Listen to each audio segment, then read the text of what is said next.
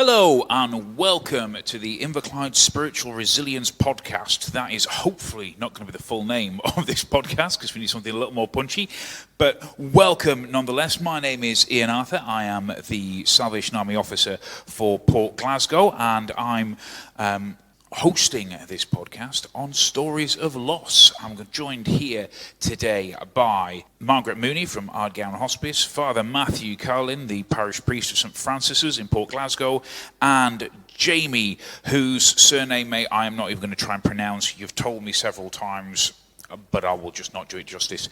Now, as it happens, we have started as we meant to go on and had a slight editing issue with our original recording. So hopefully, if I give you a bit of a heads up about Jamie's story, we can then launch off from there. So Jamie, from what I understand, you said you lost your grandpa just before lockdown. He died just before lockdown, and the funeral was actually the first day of lockdown.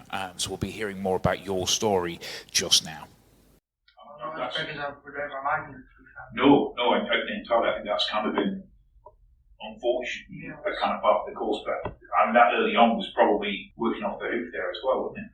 It was just totally bad timing for the government and for anyone to die. Yeah, no, entirely. Anyone else have a chime in on what Jamie shared, or have their own story of loss?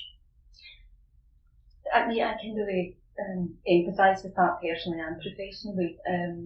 I've had 3 family members die through the COVID, and we couldn't believe at the time, that we were now into an anniversary of the first one, and we're all still here. And you're absolutely right. It's all of those rituals that we have. How do we come together? How do we have that human capacity to help each other through these, what we call unambiguous times, in terms of it's the losses that you don't see, isn't it? So you're disenfranchised groups, you've got children, but personally it was so difficult, and like that we had to stand at our cars. We couldn't, by the time we got to the cemetery, for my aunt, the undertakers had already, she was already lowered into the ground. It was just all the families. And my family are actually somewhere a year and a half ago, trying to work out where they're at in that process now. Their mum's gone for over a year now. But what actually came from that as well is a lot of unanswered questions with regard to her cause of death. Because at the time as well, you've got all these unanswered questions in terms of, one minute she was okay, yes, she had a broken hip, she was elderly, but the next, she was here. And now we're playing catch up on reflection with regard to getting unanswered questions. But are we ever going to get answers for all of these things? And from a professional capacity working in the hospice, the stories are heartbreaking, but they're absolutely uplifting in equal measure. And you see the other side of people coming together in terms of what can you do to help each other, just absolute random strangers, helping each other in their own grief and their own loss. And the power of the human spirit is just phenomenal. So for me and my family, personally and professionally, the full spectrum and everything in between. And I have an understanding of the psychological impact of loss and grief because of what I do for a living. And I get challenged with that. For a lot of people that are isolated and the unseen groups, we know that children have their loss of their daily routine for school. They have their routine where, if you've got a child or a young person who maybe their mum or their dad or their significant loved one has died or is dying, anticipating that and not knowing, what does that mean for them? And they're at home, restrictions, they can't get out to play, they can't just be wee Mary that goes to school and be there for their friends, and among everything, there's hidden groups out there as well. And that collective grief that we all have, and working through that, I think we have a lot of work in terms of going forward, and I think we all need each other to help each other through it. Obviously the church is a big part of our lives is trying to help people cope with grief and loss. We had in my parish, it's not a particularly big parish, but we have about 40-45 funerals a year, so I think I had last year was an average year for us. It was, so I think I had 42 funerals maybe. That's a large number of people that you're trying to help cope, and all the normal things that we would do, home visits, allowing the families to come, maybe in our Catholic liturgy usually involves coming to the church the night before a funeral, leaving the remains of the person in the church, and that's a quite significant thing for us. Kind of culturally, it goes back to the idea of a week, but also religiously or spiritually, it's about leaving the person in the presence of God for a time, almost their last opportunity to spend time in the church.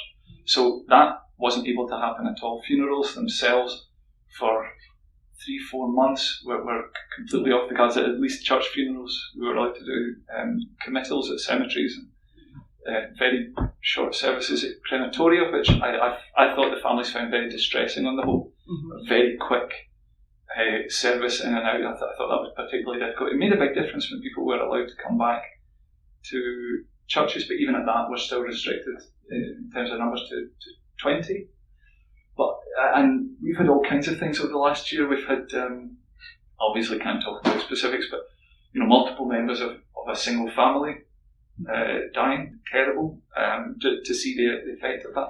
We had a young person when a younger person dies, it's always difficult for the much wider community than you would normally get than with an older person, because it hits home, it raises memories for people, it does all kinds of things that you wouldn't expect, and it has an impact on the local school. And trying to help the young people in the school, I'm the chaplain to St Stephen's High School, so trying to help them work through a very obvious grief was a bit of a struggle. It's definitely helped that people are able to at least get back into a church to pray for a funeral service or a funeral mass. Found that people tend to they're desperate to show their respect in some way, so I found people tend to congregate around the streets where the coffin passes. Yeah. It was quite a nice thing, but it shows the deep need for people to emote, to express their grief as a way of dealing with loss. Yeah. And we're going to be dealing with that for a long time. I think those wounds are going to be open for a long time. Yeah, I think, completely. When all the rules about funerals first came up, certainly for me as a minister of a somewhat smaller congregation than Matthew, it was that thing of when they started saying, right, this is what you're allowed to do, this is how many people you're not allowed to touch, you're not allowed to hug, you're not allowed to sing, you're not allowed, and all these different things. Alarm bells in my head went through, saying at any other time we'd say this was spiritual abuse, like we would actually, alarm bells would be completely raising at any other time that this has been put through. I know when I was chatting to some undertakers who I work closely with and generally try and pop in to say hi as often as I can, just to kind of keep that relationship going. And actually, they were saying, they were in a point of breaking point first lockdown, certainly. I remember last Easter taking Easter eggs around all the undertakers in the port, just because we were like, look, it's the nearest we can do to giving troops on the front line a cup of tea in this particular scenario. But I think the interesting thing that's come out of that is, as I think Matthew alluded to that, people are still finding ways to show their respect, to show their grief, to actually come together as a community. Whereas, I did first lockdown, I think I did 3 funerals, one of which was expected. But again, that was a day where I got a phone call, then a phone call, then a phone call. And it was, everything from someone we'd expected who'd probably spent time at Ardgowan and asked to go home, whether it was someone who basically got in touch and said, this person has lost a child and someone, they've no one to do the funeral, and all really short space of time. And actually the start of lockdown, it was, Jeremy, you probably found when you were your granddad's, it was no one really knew what was happening. No one really knew what to do, because I had the undertakers saying, well, at the point when he actually died, after the ambulance had went away and everything, because he was in the house, it was actually quite distressing in a way, because we got told from the ambulance to either be here for an hour or so. They went away at 11 o'clock at night, back at 11, and it didn't get moved till after 2:30 in the morning. At the point where he obviously did, we had to stop doing CPR and everything, and bring him back, was actually one of them ones where I was the person that closed his eyes. I was the person that actually took my jacket off and covered him. And obviously it was, looking back on it, that wasn't the traumatic part.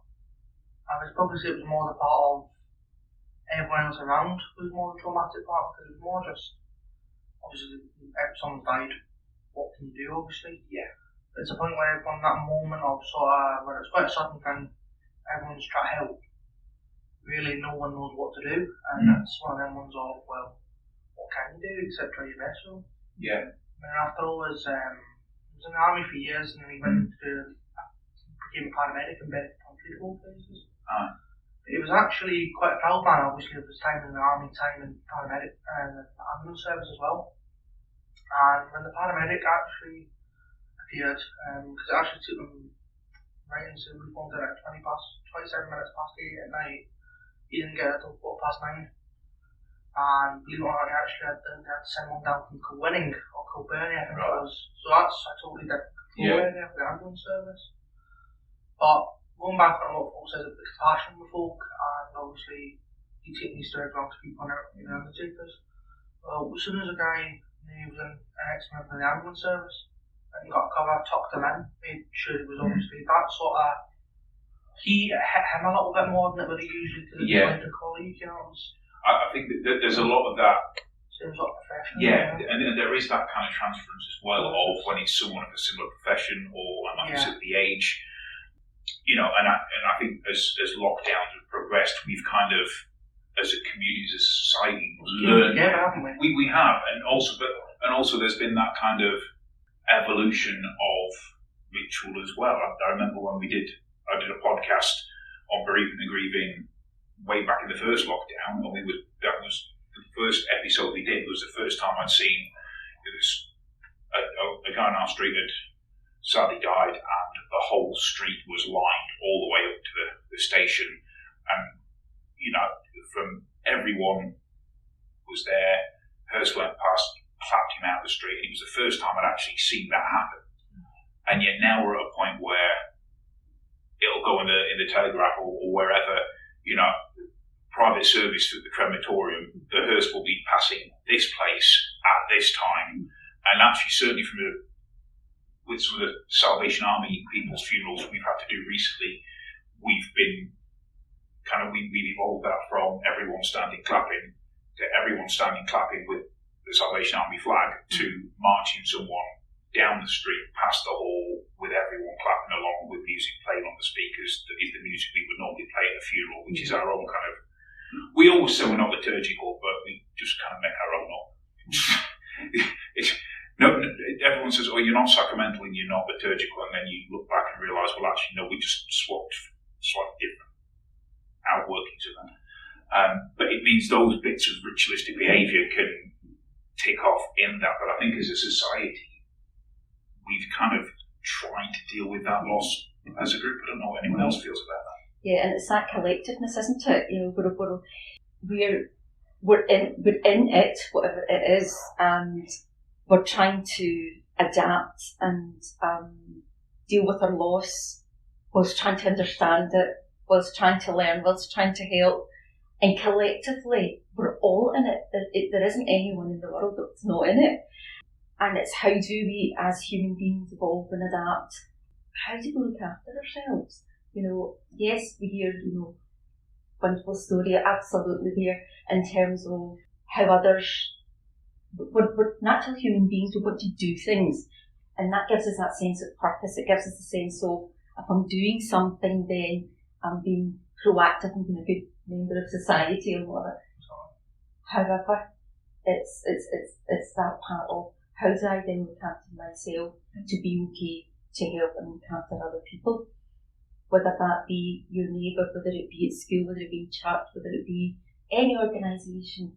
And loss is, you know, we experience loss in so many different ways. You know, death is the ultimate, we know that, and then that starts another process, which is grieving. But loss also comes in those hidden places. I know I've said it before, but people losing jobs, employment, that's affecting community, really, really affecting communities. And I again have experienced families that they just can't afford a pint of milk, they just can't afford to feed their children, they just can't afford, schools are off, the children are not getting fed at school. And so all of these is losses out with in our economy as well. And I know that Inverclyde at the beginning of the pandemic was actually impacted very, very, very harshly, wasn't it? If I look back at the statistics, I think Inverclyde were second or third from the top, I think, weren't they? And you think, what is that about? What's going on? You look at it now and it's second or third from the bottom on the list. And the community spirit again come together. And what can we do to help each other through all of this loss? It's very sobering. It's very, very sobering. And again, I had just moved to Inverclyde just before the pandemic started. Didn't know anyone, new job, new home, knew nothing, great. I mean, I still feel very blessed. But then you're isolated at home. You don't know anyone. You don't know. And so again, life, there isn't anyone that it doesn't impact. And I think that's the thing, that the subject of loss, like I said at the start, is such a huge thing on this. And yet, the more we've centred on the people we've lost and the ritual we've lost, and that, I think for all of us is first and foremost what comes to mind because of the sheer scale that we've seen in the community. But actually, it's also perhaps because we've lost employment opportunities, we've lost income, we've lost freedom, we've lost the coping mechanism of being able to go out with your friends for a coffee or a drink or whatever else, and those, what they call the third places in society, the places you go just for a cuppa and just shoot the breeze and chew the cud or whatever else, actually have been taken away. And if you haven't got a computer, you're a bit stupid. And all that sort of thing. And I think, I don't know what anyone else feels, but certainly the first lockdown, it felt like we were all buzzing on a little bit of adrenaline because it was, I likened it to, if I get a phone call for the Sally Army emergency van to go to a fire, there's a difference between getting a phone call at 3 a.m. saying, you've got to shout, we need you out now, to, okay, this fire's been going on 3 or 4 days, we need you to come and just take over from the guys that have been there, and you're going in. On the one, you're going on adrenaline, you're thinking, right, we need to be there. On the other, you're already walking into a place full of tired people that smells of smoke, and everyone wants to go home. And I don't know about anyone else, but certainly second lockdown feels a little bit more like we've tipped into that. Emotional COVID fatigue, isn't it? And our whole systems are destabilised then. So everything that we depend on to tap into what we've learned as we grow up, all of it's shot, all of it is destabilised.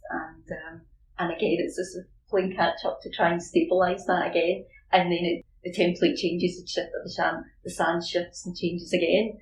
I don't know what anyone else thinks is what I'd be interested to know in terms of, we obviously had that bit of adrenaline bust to get through the first lockdown. Second lockdown, we've been a bit more weary. Actually, and this is kind of thinking on Jamie's story, you've been able to close your granddad's eyes and cover him is a beautiful thing to be able to do. And actually, at what point do we get out of the lockdown? How long will it take us before a lot of that stuff actually properly hits home? Because we've been in, it's COVID, and then we're out of COVID, and it's like, right, what just happened? And I think it's a sort of shell shock effect, isn't it? It's more like, you don't realise, I think at the time, there's a little bit of numbness, or quite a lot of numbness, but I think after all this COVID restrictions are lifted, and after everything eventually does return back to what we would deem as normal, well, what's going to happen? I think personally there's going to be a lot of folk with mental health issues, possibly.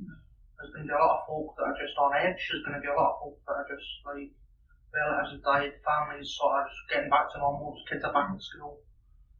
And then what happens to the poor grandma that's sitting up the stair when she's lost someone she's been married 50 odd years? So it's a huge void in her life. So not only you try to support that person, supporting the rest of the family, you support yourself more than anything. And then you forget to do that. So then that's going to run into, obviously, folk going to be ending up possibly having issues mentally. It's going to be a big challenge for the government, and not just the government, but just anyone on the street. I mean, that's the thing, it permeates through everything. And part of the reason for doing this podcast is to kind of think about, our own spiritual health as much as we think about mental health, emotional health, and physical health. I did interestingly hear this with the definition from the NHS of what constitutes spiritual health, because that's now in care plans in hospitals, which I didn't know. It used to be in the National Youth Association's youth audit when I was a youth worker, way back when Adam was a lad. But they actually define it, it's not entirely this, there is more, but it is that which brings hope, which I think is a really interesting thing, that even when you've got something coming out in secular guidance studies, there's acceptance that actually spiritual well-being is about how much hope you have, how much hope you foster, that you can muster, and when you lose hope, that's when they would say you're not spiritually well. I think I can certainly empathise with that and kind of see that. I think there's probably slightly more to it for me as a minister, but actually there is that feeling of actually how do we, I mean the next episode that we're going to do on this is the stories of hope, but actually I'd be interested to hear from you guys what you think the kind of hope that can come out of all this loss is. I personally just hope we can do better by people and the sort of social care system, and just not that, just the whole sort of system, in a way of people being like rightly so, Scottish government put more time to evict people, such as if you're going to lose your house, it's more difficult for the landlords nowadays to evict somebody, and rightly so, but you've got to think also from the landlord's point of view, but from the actual point of view of the average man, trying to put food on the table for his kids and maybe a bit short on his rent, we should be have that compassionate side to us, shouldn't we, automatically, where folks should go, we're a bit short, we can use it whenever, Yeah. And it's just, I hope people can be a bit more compassionate towards people, a bit more kind. Yeah. Personally, that's what I'm hoping out, that we come out of COVID, something bad, hopefully something good happens, really, Yeah.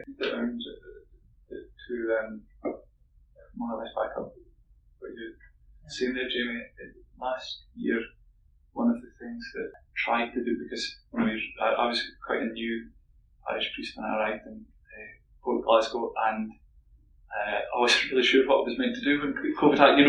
I don't think anybody did, but I thought that if I'd had a bit more experience, I might have had a clue. But I don't think that's the case. Yeah. But one of the things that everyone's looking at you. Exactly. Yeah. You know all the answers. Yeah. You're up in front of us. Exactly. That was the feeling that I had. There was quite a lot of pressure. But my idea was at first, all we need to do is give everybody some kind of purpose, and the purpose, that was a very simple purpose, but the purpose that we found for at least a couple of months last year was to donate to the food bank. Yeah. So we ended up with 900 bags going to the Inverclyde food bank. Sorry. That's alright. But what you were saying about, you said maybe so, I mean, it's not the same. I don't know if you ever read Man's Search for Meaning, which is one of the books by Viktor Frankl, right? Viktor Frankl was a psychiatrist, and spent the early 1940s in Auschwitz and other concentration camps, but he survived, and did lots and lots of work with survivors of extreme trauma, not only concentration camps, but his theory, the theory that he built his reputation on, was that what allows people to have a kind of happy and fulfilled life is meaning, which comes from purpose.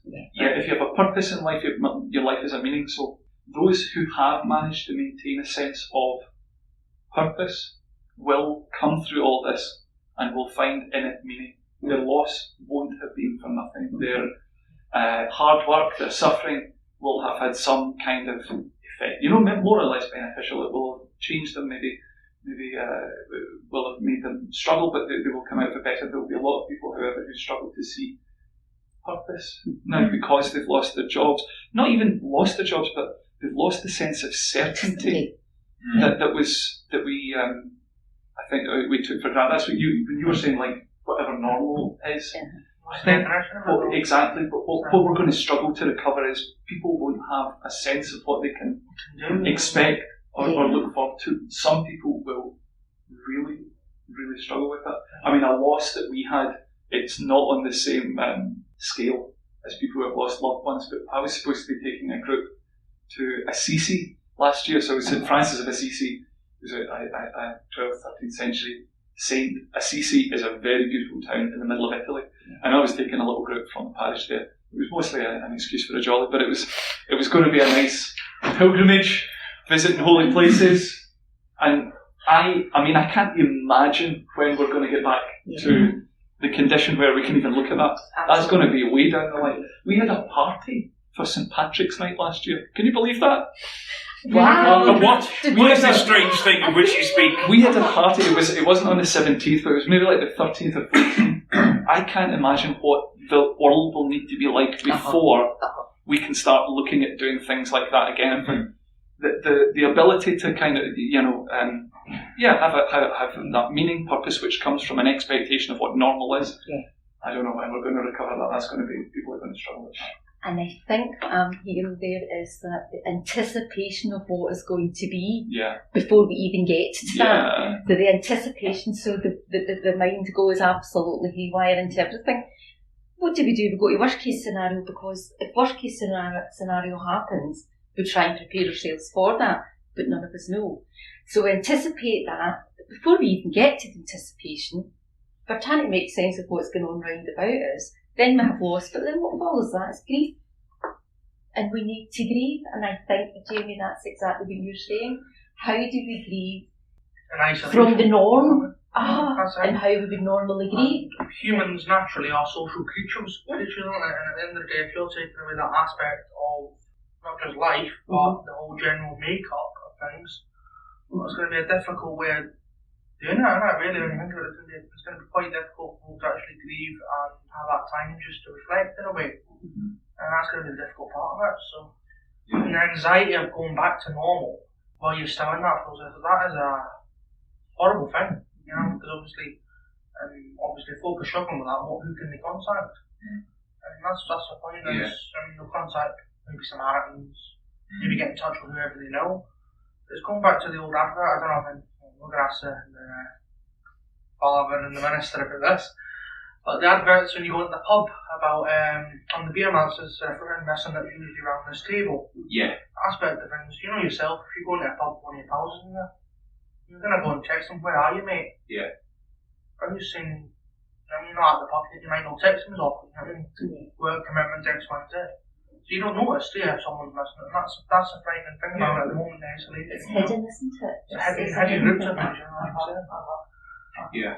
And I think there is that hope, as you said, there'll be more compassion coming out of that, and that the purpose Matthew talked about will actually help carry some of us through.